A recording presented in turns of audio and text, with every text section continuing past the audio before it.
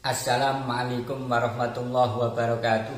Bismillahirrahmanirrahim. Alhamdulillahirabbil alamin wala haula wala quwata illa billahil aliyil azim. Allahumma shalli wa sallim wa barik ala sayyidina Muhammadin wa ala alihi wa sahbihi ajmain, amma ba'da. Para sahabat semuanya dimanapun Anda berada, salam mara, salam NKRI untuk kita semua.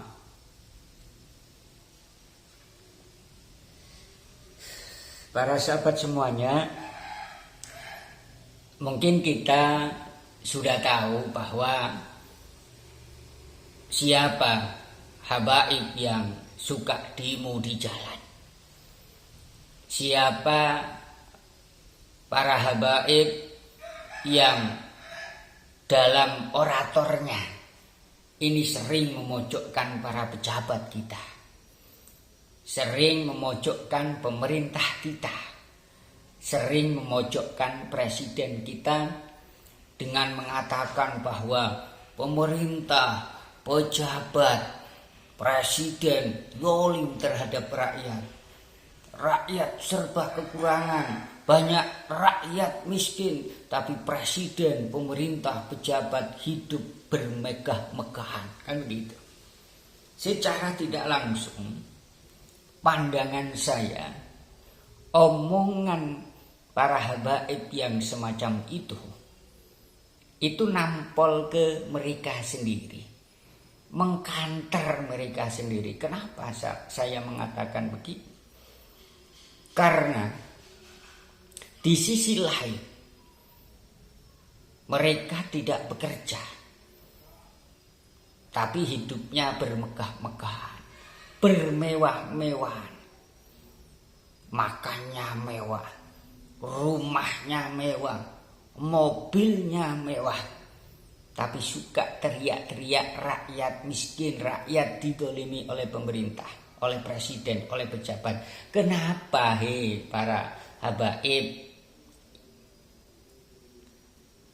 Kok tidak hartamu saja yang kau kasih kepada rakyat yang engkau katakan miskin? Ya.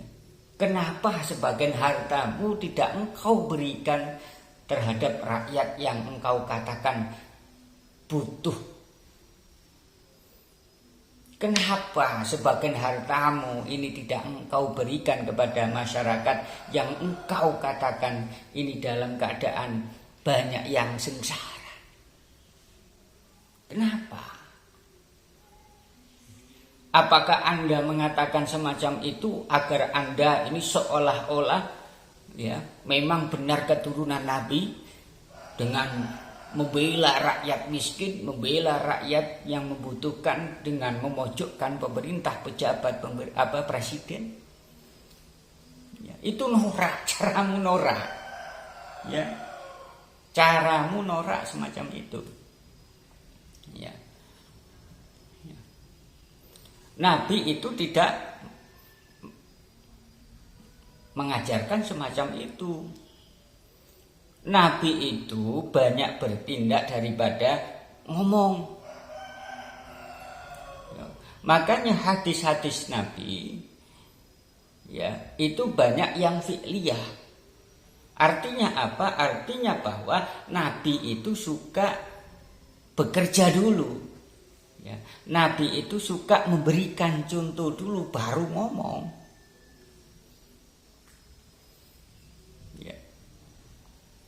Sahabat-sahabat pun begitu. Tidak suka koar-koar, tapi suka bertindak. Tapi engkau, para habaib, yang memojokkan pemerintah, yang memojokkan presiden, yang memojokkan pejabat, ya, engkau ngomong, tapi omonganmu tidak sesuai dengan realita kehidupanmu. Coba lihat Umar bin Khattab. Umar bin Khattab itu suatu saat ketika ada seorang ibu yang menanam, ya, dan di sampingnya ini ada anaknya dua, yang kecil ini terus menerus menangis. Akhirnya dengan memberanikan Umar bin Khattab ini mendekati sang ibu yang memasak tadi. Wahai ibu, kenapa anakmu ini menangis? Kok gak berhenti-henti dari tadi saya lihat kok selalu menangis. Akhirnya sang ibu menjawab, wahai Tuan, bagaimana tidak anakku menangis? Ya. Dia dalam keadaan lapar dari tadi pagi sampai malam. Sedangkan yang saya nanak ini adalah bukan beras. Kalau sekarang semacam itu. Tapi yang saya masak ini adalah batu. Yang mana batu kalau dimasak ini tidak matang-matang. Anak saya menunggu cukup lama karena kelaparan. Akhirnya menangis. Dari situ Umar bin Khattab pulang. Didampingi oleh ajudan, sekarang ajudan lah, oleh seorang ajudannya, pulang ya menuju ke gudang Bulog, sekarang Bulog, ke gudang makanan pada waktu itu. Akhirnya Umar bin Khattab ini mengambil satu karung makanan pokok yang akan nantinya dikasih kepada ibu yang nanak batu tadi. Akhirnya sekarung makanan pokok itu diangkat sendiri oleh bahunya Umar bin Khattab, dan ajudannya ini menawarkan diri untuk mengangkat itu. Tapi apa yang dikatakan oleh Umar bin Khattab? Jangan. Saya ingin mengangkat karung ini yang berisi makanan pokok karena saya merasa bersalah karena ada rakyatku yang masih kelaparan. Akhirnya dijunjung, diangkat sendiri, diantar sendiri oleh Umar bin Khattab. Singkat cerita, tibalah Umar bin Khattab di rumah sang ibu tadi dan memberikan sekarung makanan pokok itu kepada sang ibu. Dan bagaimana reaksinya ibu dan anak-anaknya? Begitu riang gembiranya, begitu senang gembiranya. Itu para sahabat. Itu tauladan Nabi Muhammad SAW. Bukan seperti Anda, kowar-kowar rakyat miskin, tapi Anda sendiri hidup bermegah-megah. Pikir. Wali-wali juga begitu, Wali Songo pun begitu. Kalau kita membaca historis tauladan dari Raden Qasim atau Sunan Derajat, beliau ini sering sekali membantu para janda, para masyarakat yang membutuhkan, khususnya fakir miskin. Sunan Derajat, Raden Qasim ini sering membantu fakir miskin. Tidak banyak keluar-keluar, tidak seperti Anda, gitu loh. Sunan Kalijaga juga begitu. Kiai-kiai Nusantara juga begitu.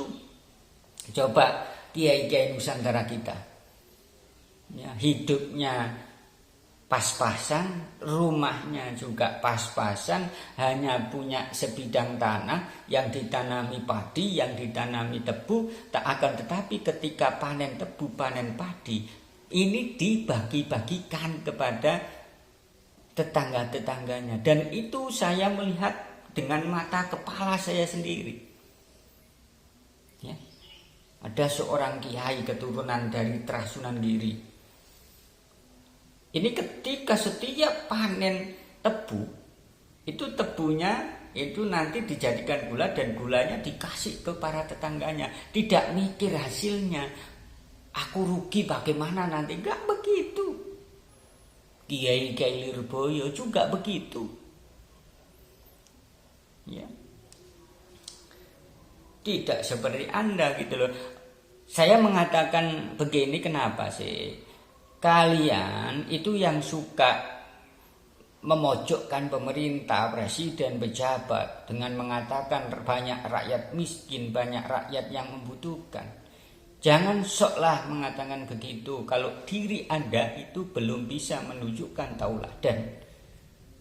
Dan sampai kapanpun kita tidak mengakui Anda itu sebagai keturunan Nabi Muhammad SAW, akan tetapi Anda itu sebagai keturunan Pak Ali. Itu saja ya.